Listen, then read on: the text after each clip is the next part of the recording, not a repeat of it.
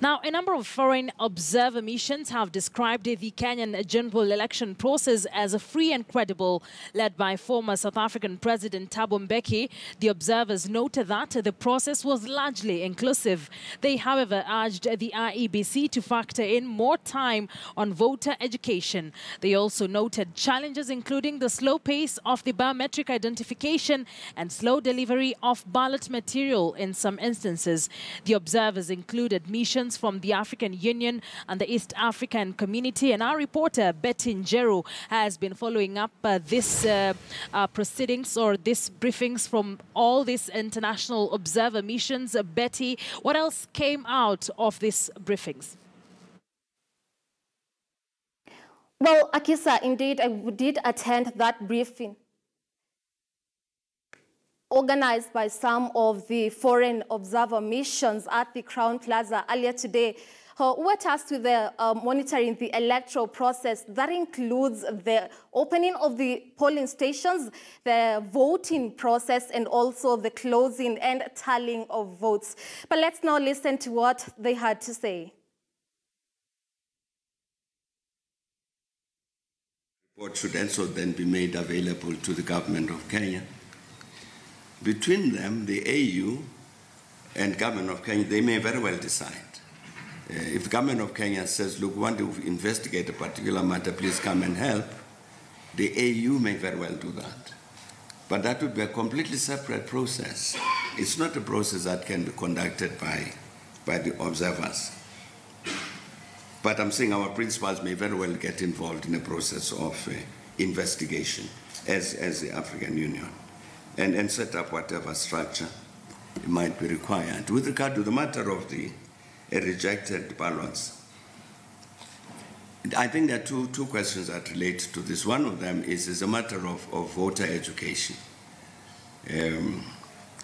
For the IEBC to make sure that the voters are properly educated in terms of what it is that you do in order to vote correctly.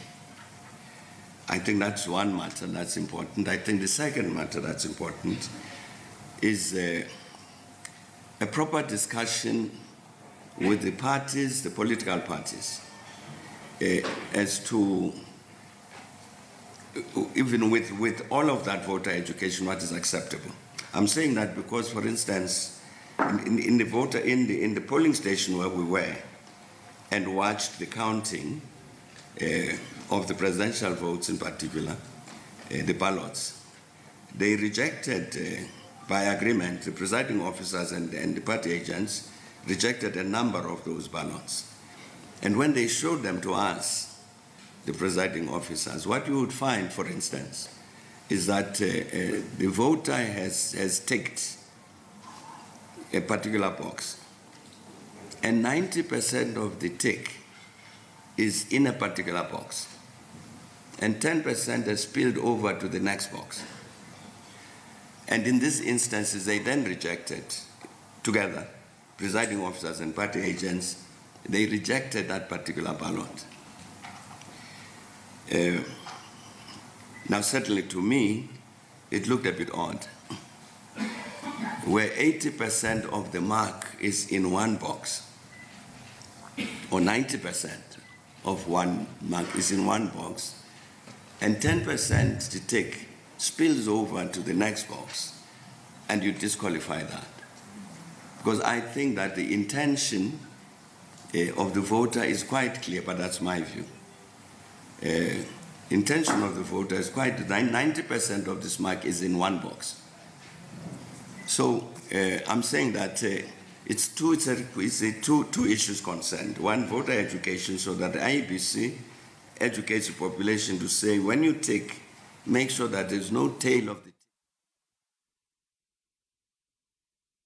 Well, Akisa, the general feeling around the observation group was that the elections have been credible, transparent, and conclusive, meaning that the electoral body IEBC did quite a commendable job in terms of conducting the election.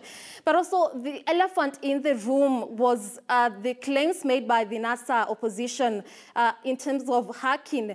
But John Mahama of the Commonwealth, who's chairing the Commonwealth Election Observation Group, did clarify that they were not in an investigative capacity to conclude on those hacking claims, but that was the job of the IEBC. And of course, however, the IEBC said that they did an audit report and did not find any hacking in their systems.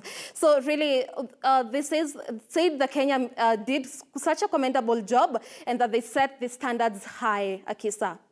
Thank you for that update. Our reporter Betty Njiru joining us from our city center studios, but we also understand